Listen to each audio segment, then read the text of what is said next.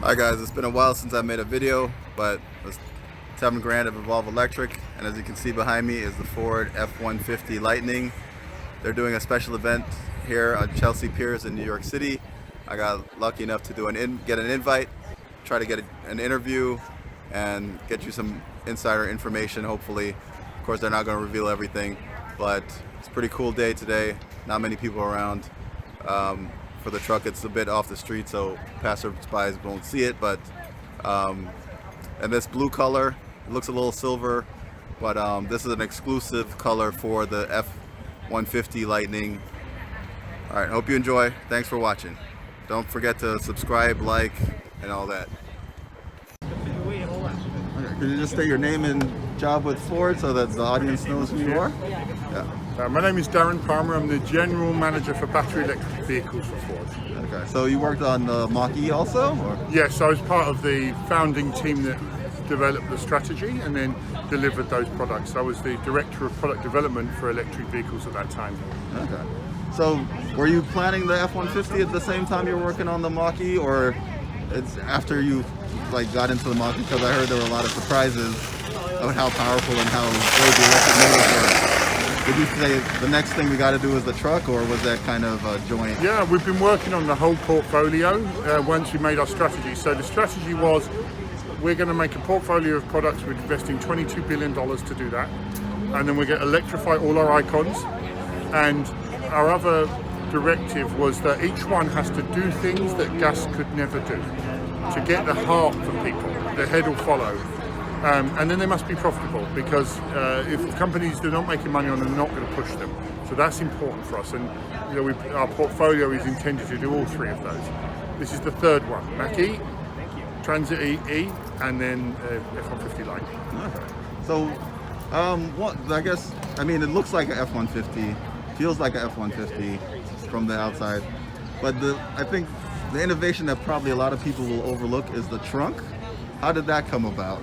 So that came about from human-centric work with our fleets and with our retail customers.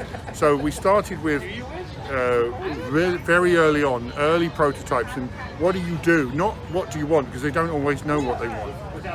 It's about what do you do?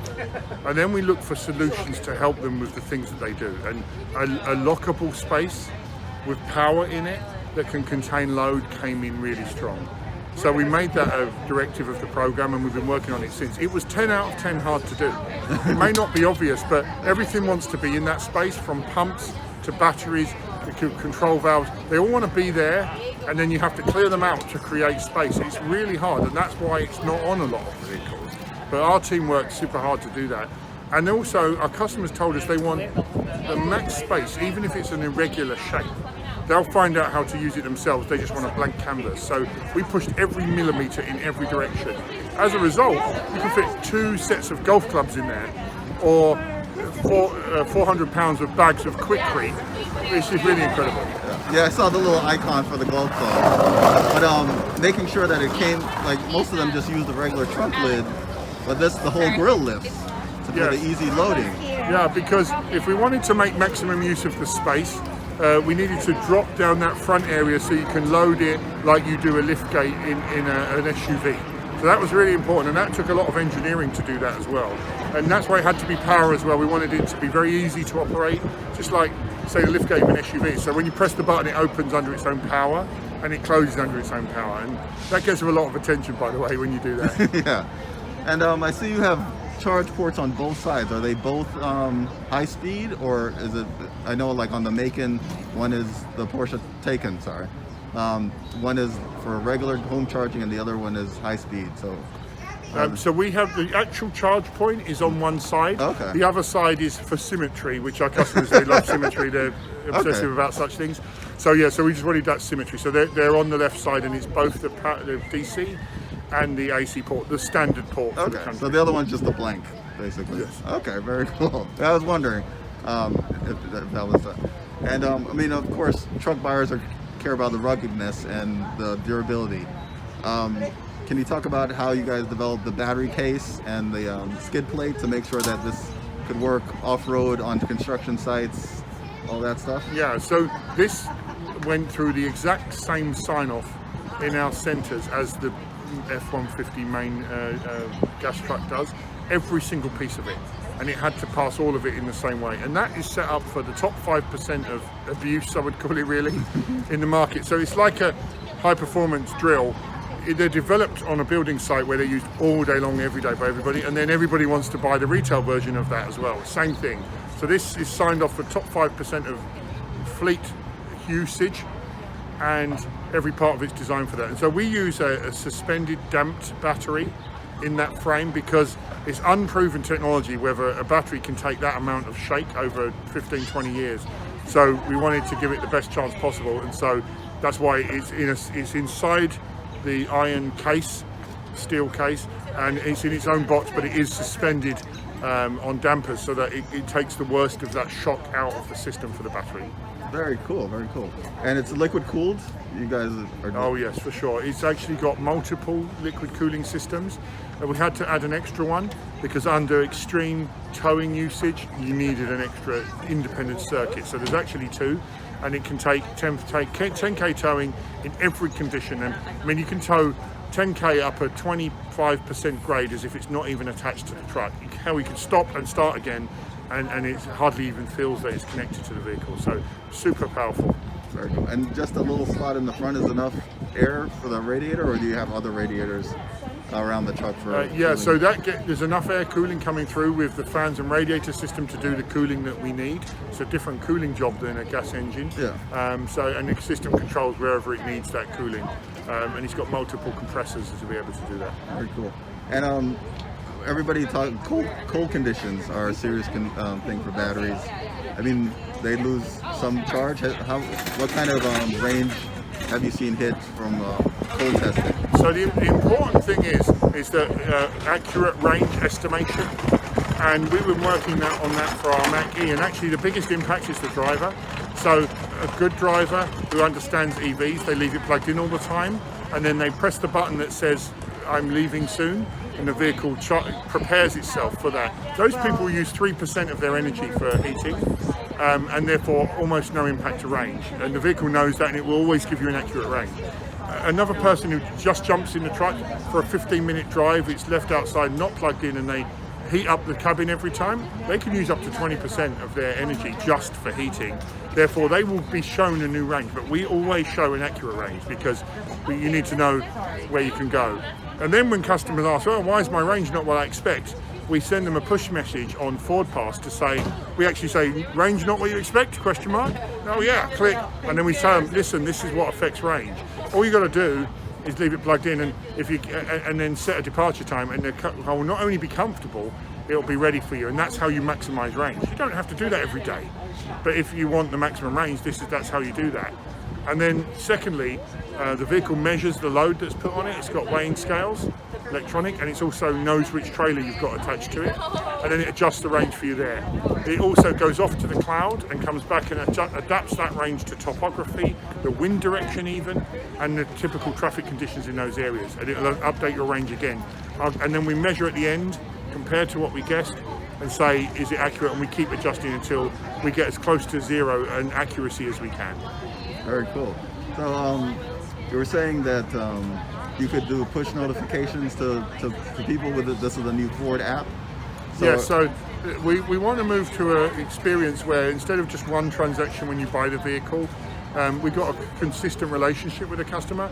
And now with FordPass, you have that relationship connected. It tells you all the information about the products. You can set a trip, then load it into the vehicle. You can arrange your charging automatically through that one app, so any charger you go to in the network, either it'll be plug and charge, you just plug and walk away, or you authorize it on the app and then you plug in and it charges the vehicle. So FordPass is a great connection now direct to the customer.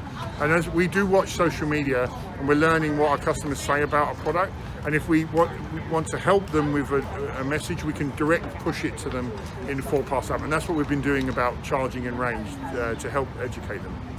And over there, no updates, are those going to be available when the truck is released, or is it going to be rolled Yes, out? it is. So almost every module on the truck is over-the-air updatable, and we're going to operate a program of continuous improvement. We've actually started pushing the first updates out to Mach-E that has the same system. It's called FMV2, Fully Networked Vehicle 2. And we can send updates to those modules. So we've updated the human-machine interface to make it even more intuitive. And we're doing all sorts of other updates for customers, including adding features and games and things like that. This will be exactly the same. Yeah, I was playing with the screen and it was very responsive. I was quite pleased at the responsiveness of the screen. Yeah, it learns what you do. That's what this system is. It's HTML5 based, and it learns what you do. And after about 1 hour, it has adjusted to you. The 4 things you're doing, and mainly most people it's 4 things, like travel, radio, phone, and info about the car. And then it caches all those in memory.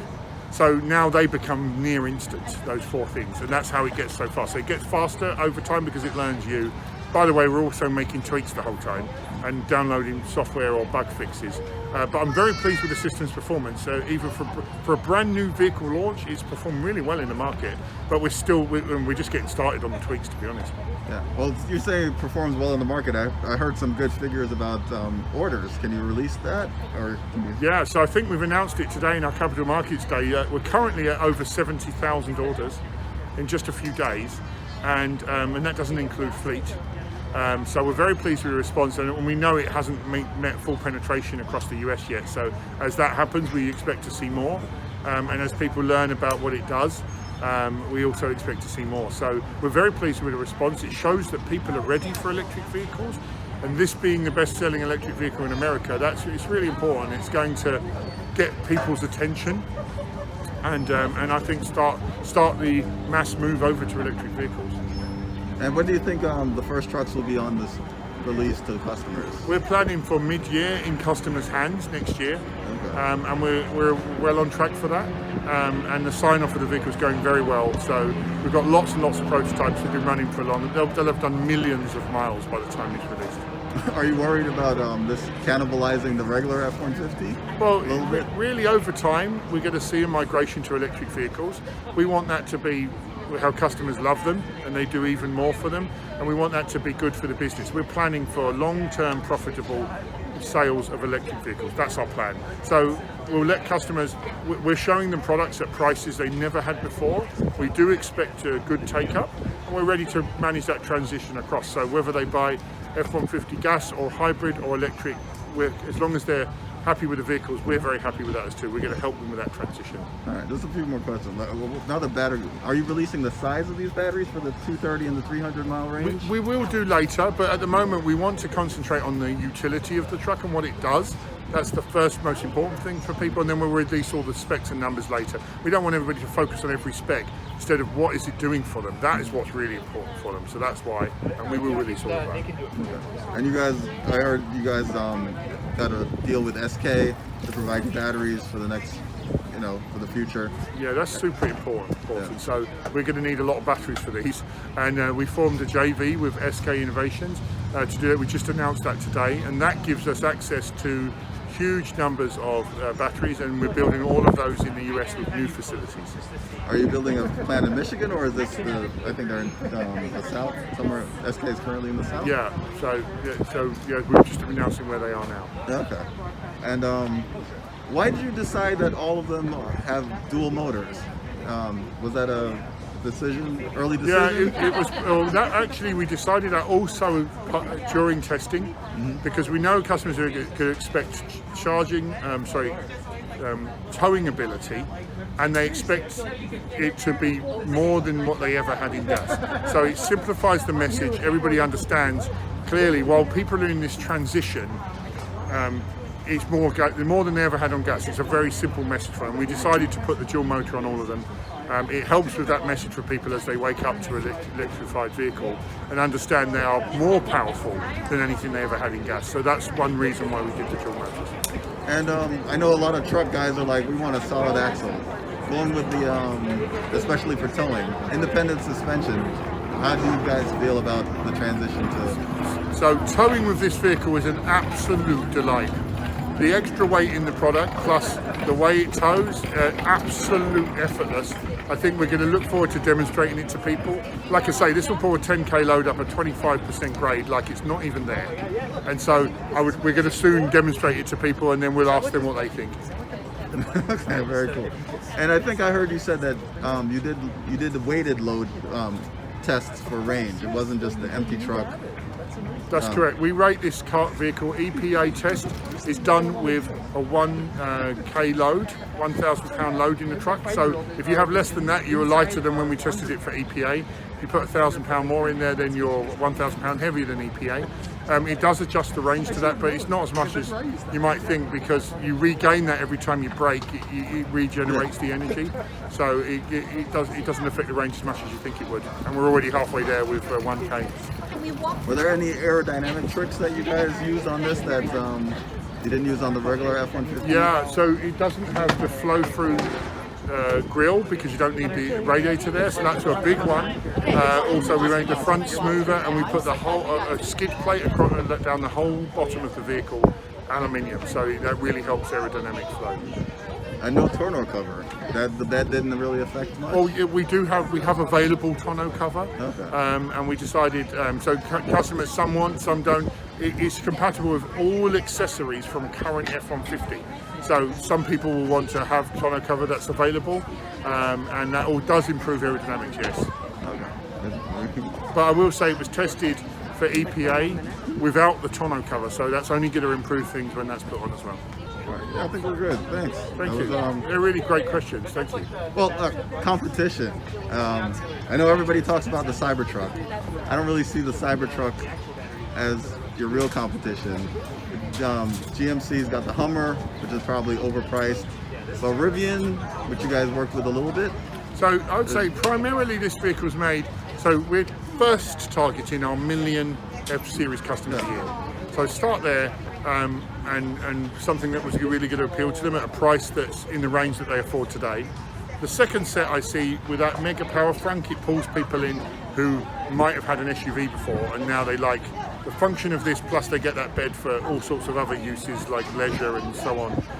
And the third group of people will be, they've just got to have electric, and they've been waiting for a truck, and they want a full-size truck that's a real work truck that can do anything they throw at it. So that's the third group of people I think are going to be interested here, and we primarily target there. Everybody else is going their own way, and that, that fits their brand and what they're doing. We're focusing on what we know works for F-Series customers. Yeah, I mean, you're a market leader, so it makes sense to satisfy your customers first. Absolutely. Yeah, and I mean, it looks like an F-150. I'm sure you guys say it functions like an F-150. I don't think you'll have a problem selling these. It just goes faster than any F-150 ever made.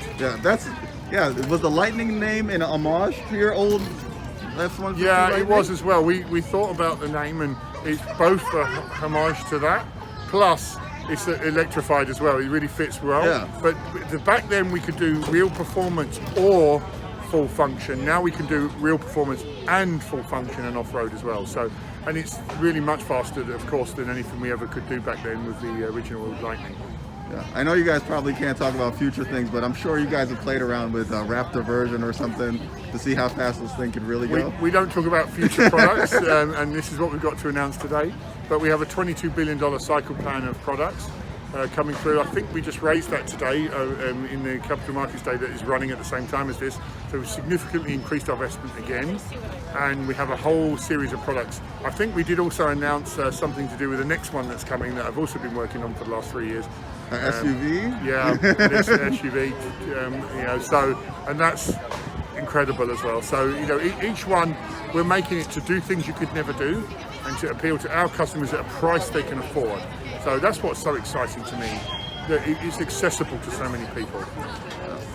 All right, thanks a lot. Thanks for your time. Thank you so much. Take care.